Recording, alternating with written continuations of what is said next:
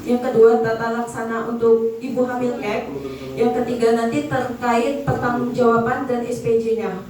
Berikut dengan lagi yang nantinya yang berkontribusi dalam memasak, artinya yang memang nanti memasak, mohon disimak untuk penjelasan SPJ, sasaran maupun terkait pelaksanaannya nanti berapa lama.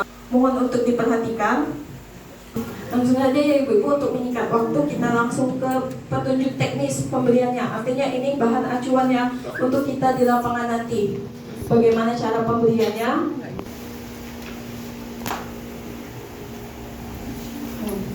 Dimulai dari tujuan umum penyelenggaraan PMT berbahan pangan lokal. Jadi temanya di sini PMT berbahan pangan lokal, ibu-ibu. Kalau misalnya nanti suatu saat ditanya PMT yang diberikan apa, sebelumnya itu kan pernah melihat PMT berbentuk kardus, biskuit untuk balita sama biskuit untuk ibu hamil. Nah itu nanti tidak didistribusikan lagi, diganti dengan PMT berbahan pangan lokal. Artinya berbahan pangan lokal ini kita memanfaatkan bahan pangan yang ada di desa maupun di wilayah kita sekarang.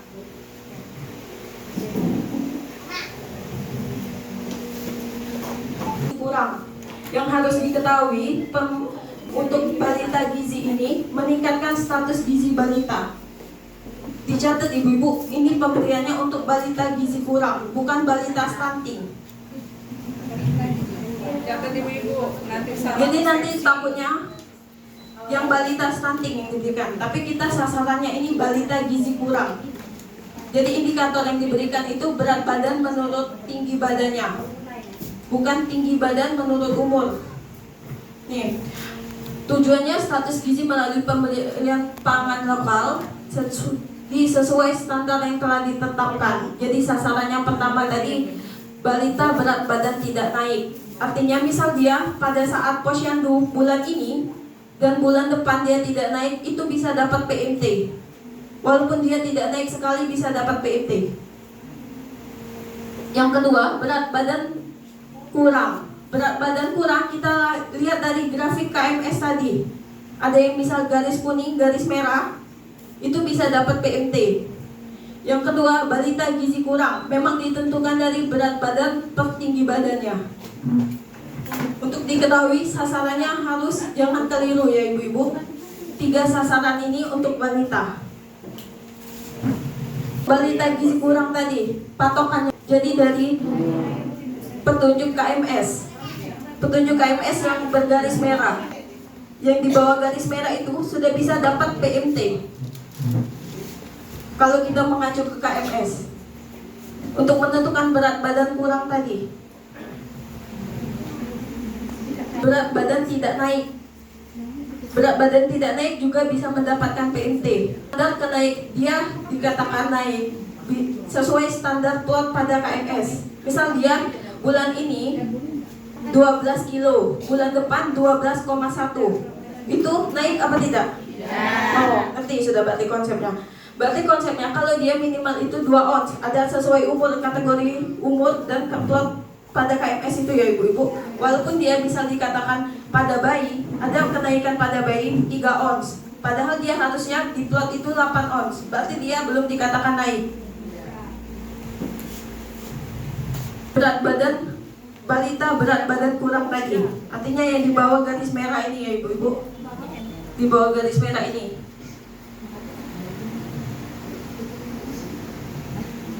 Dikatakan normal, balita dikatakan normal, plotnya di mana ibu? Garisnya di hijau.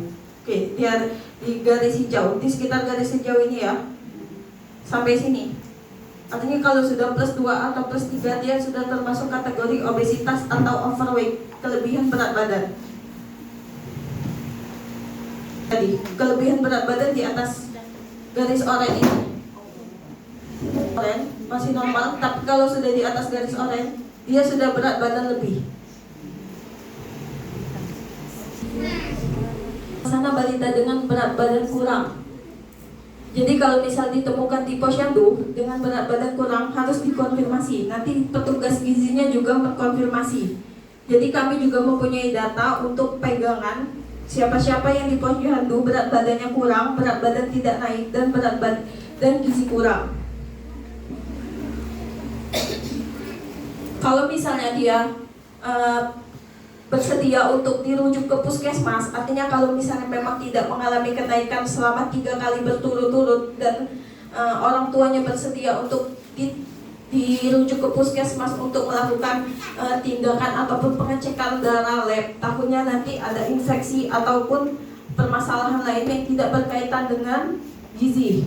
Artinya takut adanya infeksi tadi ya ibu-ibu, mungkin dia ada terkendala penyakit tertentu yang tidak diketahui, jadi boleh dirujuk. Itu pun dengan catatan kalau orang tuanya memperbolehkan.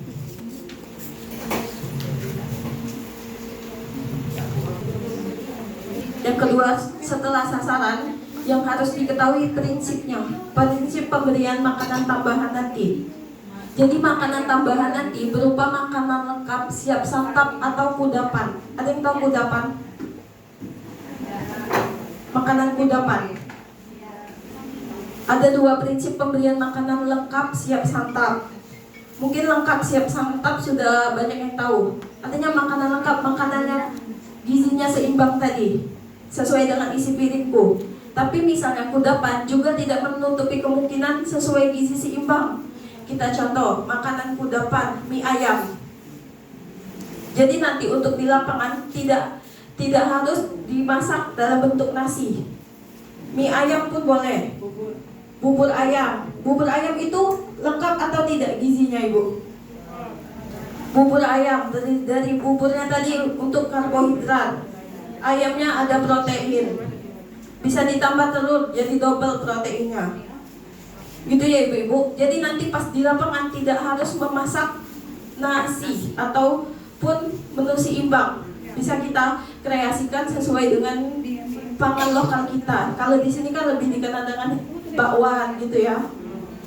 Bakwan ditambah telur, mungkin sudah gizinya sudah lengkap. Catatannya, pemberian makanan tambahan nanti harus 2 protein. 2 protein. Artinya kalau di bubur ayam tadi ada ayam, berarti harus ada telur. Jadi 2. Begitupun dengan nasi. Misal di nasi kita masak ayam goreng, mungkin bisa ditambah telur dadar gitu ya ibu. Jadi catatannya setiap menu harus 2 protein pemberiannya. Berupa yang prinsip kudapan tadi berupa tambahan atau bukan pengganti makanan utama. Artinya anak-anak di sana tetap harus dapat makanan utama. Kita hanya memberikan makanan tambahan. Jangan nanti orang tuanya komplain. Maksudnya ini prinsipnya pemberian makanan tambahan loh, bukan pemberian makanan utama. Jadi orang tua tetap memberikan makanan sesuai dengan yang mereka berikan. Artinya kalau memang anak itu makan dalam 3 kali sehari, kita hanya menambahkannya saja. Itu ya. Makanan tambahan gizi kurang diberikan selama 4-8 minggu. 4-8 minggu. Makanan balita BB kurang dan balita dengan BB tidak naik selama 2-4 minggu. Ada yang tahu ibu-ibu antara balita gizi kurang dan balita BB kurang? Ada perbedaannya atau tidak? Karena kita terkait dengan pemberiannya, waktu pemberian. Ini kan tadi kan balita gizi kurang diberikan selama 4-8 minggu. 1-2 bulan. Balita BB kurang, tadi gizi kurang, ini BB kurang. Dan balita BB tidak naik selama 2-4 minggu. Berbeda atau sama? Oke. Jadi yang gizi kurang ini artinya lah sudah ke tahap kita ibaratkan sudah di atas parah gitu ya Bu, udah parah. Jadi kalau BB kurang ini kita melihat patokannya KMS. Kalau misalnya balita gizi kurang itu memang patokannya hasil diagnosa gizi kurang gitu ya. yang pemberian 4 sampai 8 minggu. Pemberian makanan tambahan bisa dilakukan di posyandu ataupun di kunjungan rumah. Jadi nanti diterapkan sesuai dengan bagaimana enaknya di lapangan, atau mau di posyandu atau di kunjungan ke rumah. Diberikan setiap hari, selama pemberian setiap hari. Dengan catatan kalau misalnya memang hari Minggu kita liburkan boleh, ataupun hari tanggal merah. Jadi nanti tetap ada hari penggantinya walaupun hari libur. Dengan sedikitnya 1 kali makanan lengkap dalam seminggu dan sisanya kudapan. Artinya kalau misal seminggu makanan lengkapnya sekali aja, gak apa-apa. Minimal makanan lengkap nasi. Sisanya misal minggu minimal 1 kali. Misalnya hari Senin dikasih nasi, hari kedua nggak nasi nggak apa-apa. Misal bakso ayam, hari ketiga siomay, misal hari keempat mie ayam. Gitu ya ibu-ibu. Nanti maksudnya ya. 50 salah kok. Mesti proteinnya lengkap kok. Bisa lagi telur, ada ayam. Catatnya tadi protein harus 2 tetap. Ya, protein. Walaupun kudapan harus 2. Asal telur ayam misalnya. Iya, bisa. Kayak mie kuah ikan itu sudah ada ikannya kan, ditambah telur itu. Seandainya telur puyuh dahal. Dahal. Ingat menunya ngikut menu kita. Iya nanti dijemput. Ikut Tidak menu. bisa buat menu sendiri. Menunya nanti dari kita, siklus menunya dari kita. Jadi semua desa nanti patokannya sama. Menunya dari kita ya ibu-ibu. Rame ya, DBS. Makanan lengkap diberikan sebagai sarana edukasi isi piringku. Pemberian PMT disertai edukasi dapat berupa demo masak, penyuluhan atau konseling. Jadi mungkin nanti penyuluhan atau konselingnya dilakukan oleh petugas gizi. Kalaupun ibu-ibu di sini sedikit tahu ilmunya, boleh nanti dikasih tahu ke ibu-ibunya cara bagaimana penyajiannya, bagaimana cara memberi makan anak yang baik. Jika anaknya masih ASI, ASINya dilanjutkan. Misal ada ketemu, karena tidak semua balita kasusnya, ada yang bayi. Misal dia usia 8 bulan, itu kan masih ASI ya ibu-ibu, tapi sudah mengalami, tetap dilanjutkan. Kita sarankan ASINya tetap dilanjutkan. Standar makanan tambahan. Perhatikan yang sebelah sini, ibu-ibu. Standar bahan makanan tambahan untuk anak 6 sampai 59 bulan. Makanan pokok. Makanan pokoknya ini artinya tidak hanya beras, bisa digantikan dengan jagung, ubi atau yang lainnya yang bersumber dari karbohidrat. Tapi beratnya 50 gram. Ini untuk beras 50 gram. Nanti ada penggantinya. Ini bentuk beras ya ibu-ibu. 50 gram. Jadi kalau sudah jadi nasi, artinya tidak 50 gram lagi. Sudah jadi 100 gram. Lauk hewani 1 telur. Wajib 1 telur. Lauk yang kedua, ayam, ikan atau daging 30 gram. Nanti kita praktek, kita lihat sebesar apa 30 gram dan sebanyak apa 30 gram itu. Lauk nabati, kacang-kacangan, tempe atau tahu 25 gram, setengah potong sedang. Jadi nanti kita lihat juga 25 gram itu sebanyak apa. Sayur 30 gram. Ini sayur, bukan termasuk kuah. Kuahnya jangan ditimbang.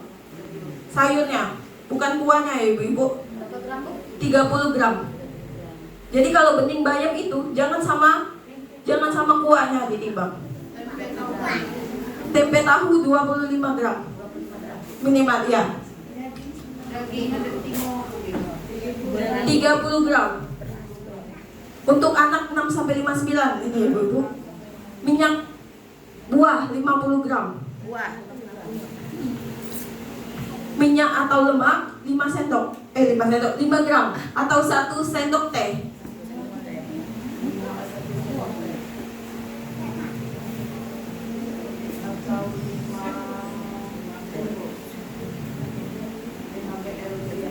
Masih nyatet?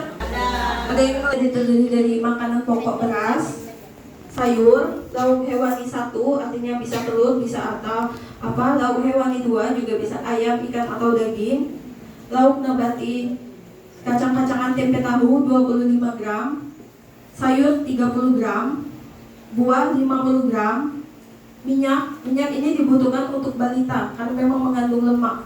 Lemak ini kalau untuk balita dibutuhkan untuk penambahan berat badan, beda lagi untuk orang dewasa. Ya ibu-ibu, orang dewasa tidak terlalu butuh lemak karena sudah banyak lemak. Kalau sebenarnya untuk penambahan berat badan balita.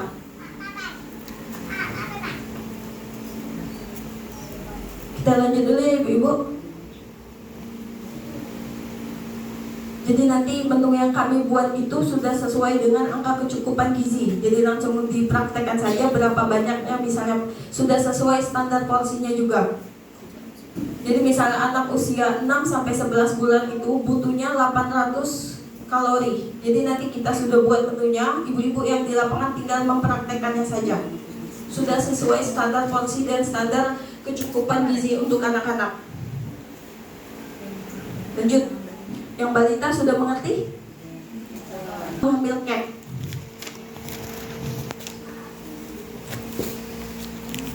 Tujuannya meningkatkan status gizi ibu hamil melalui pemberian makanan sesuai dengan standar. Sasarannya ibu hamil cake dan ibu hamil resiko cake. Jadi ada dua sasarannya, bukan hanya cake tapi yang resiko cake juga kita berikan.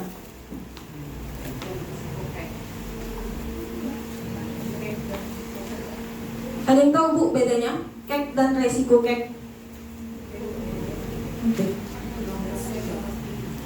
Nanti diingat ya ibu-ibu pastinya. Ibu hamil cake, yang kita katakan ibu hamil cake, memang dia cake. Kalau di sini definisi sekarang, ibu hamil cake itu yang IMT-nya pada trimester 1, tahu trimester 1? Artinya sampai 12 minggu itu sebesar 18,5 IMT. Jadi patokannya berat badan menurut tinggi badan. Misal ada ibu-ibu berat badannya 39 kilo dengan tinggi badan 150 cm. Artinya dia sudah di bawah 18,5. Jadi nanti yang menghitung IMT-nya kita, data yang dibutuhkan cuma berat badan sama tinggi badan. Itu yang ibu hamil cake. Definisinya ibu hamil cake tadi berdasarkan IMT kurang dari 18,5. Biasanya kita kenal dengan pengukuran lila ya ibu-ibu, yang ibu hamil cake. Kalau itu sekarang masuknya ibu hamil resiko cake. Yang resiko cake baru berdasarkan pengukuran lila, berdasarkan lila tadi. Artinya kalau di bawah 23,5 dia baru bisa dikatakan resiko cake. Kalau di atas 23,5 berarti status gizinya sudah normal. Jadi dua sasaran ini nanti yang kita cari, yang beresiko cake dan yang memang cake. Pahami definisinya ya ibu-ibu untuk yang cake sama resiko cake ini. Karena yang kita tahu selama ini, kalau ibu hamil cake itu berdasarkan pengukuran lengkap ringan atas saja. Deteksi penanganan ibu hamil kurang energi kronis. Pertama, ibu hamil melakukan ANC di posyandu. Kalau status gizinya normal, hanya dilakukan ANC rutin setiap bulan, dan kalaupun ada masalah konseling gizi. Tapi dengan statusnya anemia, kita bisa melakukan tata laksana anemia. Itu yang dilakukan oleh petugas gizi maupun di bidan. Jadi yang pertama ini risiko anemia. Yang kedua, cake atau resiko cake, ANC rutin dan konseling gizi. Yang ketiga, cake atau resiko anemia, resiko cake plus anemia. Yang keempat, cake plus resiko cake dan penyakit penyerta atau komplikasi selama kehamilan. Jadi, pemberian makanan tambahan diberikan minimal 120 hari. Tapi kita di sini jalannya 90 hari. Untuk ibu hamil kita jalan 90 hari. Jadi yang diberikan tadi cake atau resiko cake, cake atau resiko cake plus anemia, dan cake atau resiko cake beserta penyakit penyerta lainnya. Fokus yang ketiga itu untuk pemberian makanan tambahan 90 hari ya ibu-ibu. Yang balita tadi ada 2 sampai 4 minggu, ada 4 sampai 8 minggu. Jadi kalaupun misalnya status gizi balita itu sudah normal, kita stop, kita ganti sasaran lain. Itu ya Ibu. Tapi kalau misalnya dia status gizinya tetap gizi kurang, kita lanjutkan sampai dia 90 hari.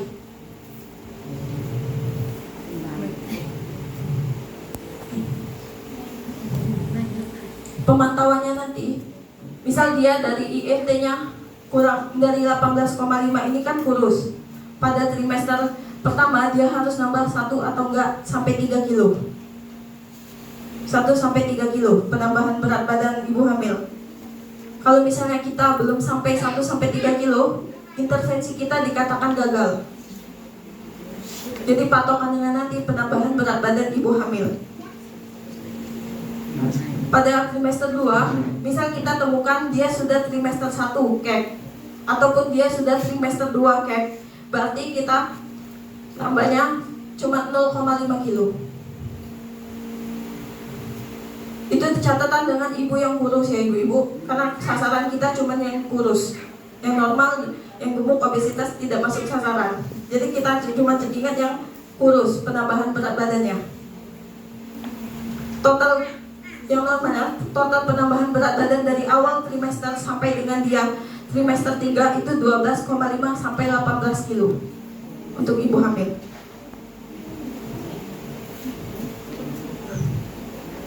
Prinsip pemberian makanan ibu hamil sama kayak tadi, prinsip pemberian makanan balita gizi kurang. Jadi makanannya boleh makanan lengkap dan tetap makanan kudapan. Pemberiannya tadi sama, berupa makanan tambahan atau bukan makanan pengganti. Makanan ibu hamil diberikan kalau di sini minimal 120 hari, tapi kalau kita jalannya 90 hari. Diberikan setiap hari sama kayak yang balita tadi, sedikitnya 1 kali makanan lengkap dalam seminggu dan sisanya kudapan. Pemberian tetap dilaksanakan bersamaan dengan edukasi, penyuluhan, dan konseling. Jadi tetap kita pantau nanti ibu-ibunya. Ini standar bahan makanan ibu hamil cap untuk disiapkan sebanyak 1 kali makan.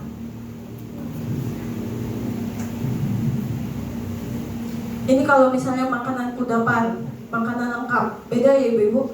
Misalnya makanan kudapannya 40 gram, itu maksudnya bukan 40 gram itu misalnya memberikan mie atau itu, tapi makanan pokoknya 75 gram.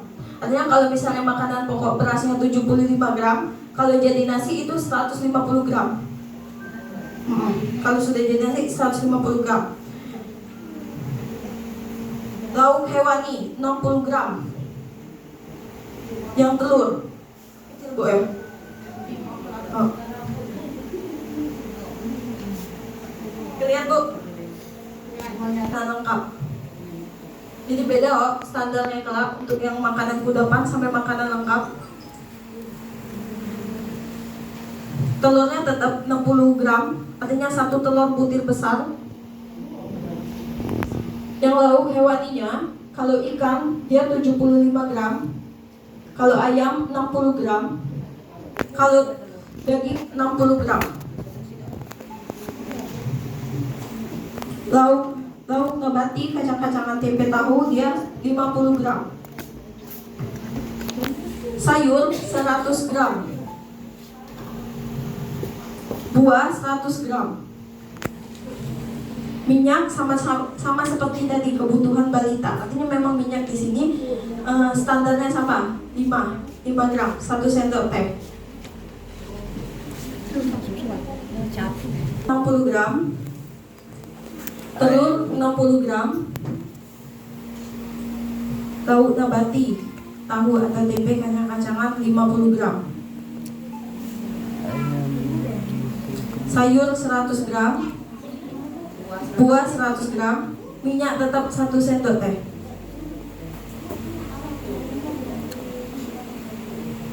Agak berbeda karena setiap trimester dia mengalami kenaikan. Nih, misal trimester pertama dalam 1 hari itu Yang ibu-ibu catat itu dia per 1 kali makan ya porsinya. Tapi kalau untuk trimester 1 itu 5 kali, 5 porsi dia. Artinya kalau itu 1 porsi berarti dikaliin 5 saja untuk trimester 1. Untuk trimester 2 dan 3 dikali 6 untuk ibu hamil. Untuk proteinnya pada trimester 1 dan 2 sama 4 porsi. Protein nabati juga sama 4 porsi. Sayur-sayuran 4 porsi, buah-buahan 4 porsi. Ini jadi maksudnya ibu-ibu hanya untuk tahu saja, untuk mengetahui standar-standar yang ibu hamil.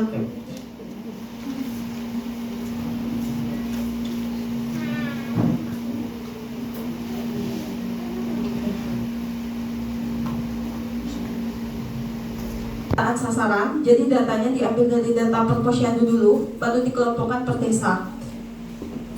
Ada deteksi gangguan kembang, artinya SDI-DTK. SDI-DTK nanti dilaksanakan di posyandu juga, pendataan sasaran PMT, dan ada edukasi kesehatan dan gizi. Baru dilanjutkan dengan pemberian PMT lokal. PMT lokal ini nanti pemberiannya bisa dilakukan oleh kader yang memasak, artinya bisa mungkin juga dilakukan diantar ke rumah-rumah seperti biasa mungkin ibu-ibu yang sudah menyelenggarai PMT ini. Ada yang diantar kan Bu? Diantar semua. Diantar semua. Mungkin nanti sekali-sekali boleh yang dapat PMT diadakan di posyandu gitu Bu. Pada saat penyelenggaraan posyandu, jadi barengan nanti. Tidak usah diantarkan, pas dari saat dia posyandu ambil ke posyandu gitu. Sekalian petugas gizi melakukan pemantauan. Pas posyandu. Iya, pas posyandu. PMT lokal di perencanaan ini untuk perencanaan sudah kita buat, tinggal penyusunan siklus menu. Artinya siklus menu ini nanti siklus yang akan kita pakai. Kita di sini pakai siklus menu 10 hari ya ibu-ibu. Jadi misal satu atau 2 hari itu menu makanan utama, artinya menu lengkap nasi. Selanjutnya 8 harinya kita menu kudapan. Artinya kalau misalnya 30 hari ketemu nasinya kurang lebih 6 kali, sisanya kudapan. Paham ya ibu? Tapi menunya nanti ditukar-tukar. Tetap menu itulah, nanti muter. Misal tanggal 1 sampai 10 itu menunya siklusnya itu. Nanti tanggal 11 ngulang lagi pakai menu yang tanggal 1. Begitupun tanggal selanjutnya melanjutkan menu-menu sebelumnya.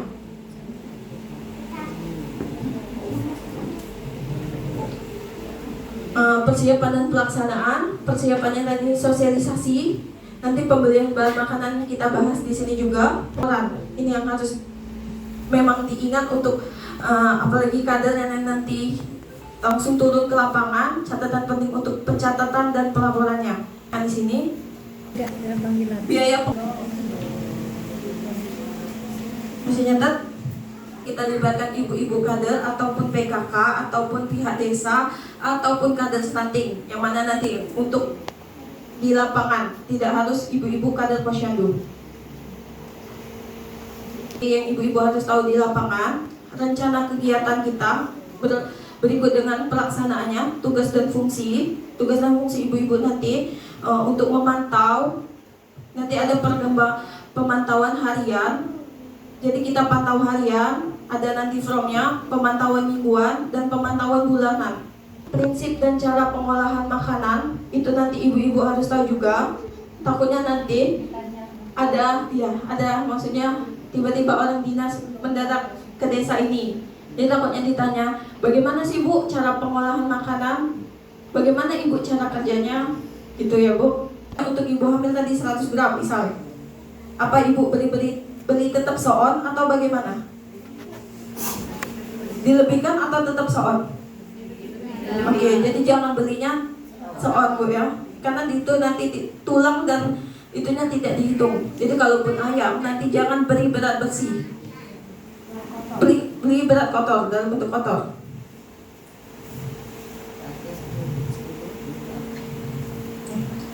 Pengolahan makanan ini tadi, misal ditanya tahapan pengolahan makanan seperti kita biasa, ada mungkin yang direbus, mungkin nanti buat mie nya direbus atau sayurnya direbus dulu. Jangan, maksudnya nanti pas ditanya jangan nggak tahu Bu ya. Padahal ini memang dasarnya, dasar kita memasak, mungkin merebus, menggoreng, mengukus, memanggang gitu ya Bu, menumis. Jangan sebelum memasak menggunakan air mengalir. Jangan pakai kobokan ya Bu. Kalau misalnya ditanya, Ditanya kalau Dita soal. Ibu cuci tangannya di mana? Di situ Bu, di ember, jangan gitu ya. Digerak sama pakai sabun. Pisahkan penyimpanan serta bedakan pisau talenan, bahan makanan mentah dan bahan makanan matang. Artinya kalau misalnya pun ditemukan nanti ditanya, Ibu, talenan untuk lauk sama sayur beda atau enggak? Misalnya ditanya, oke beda.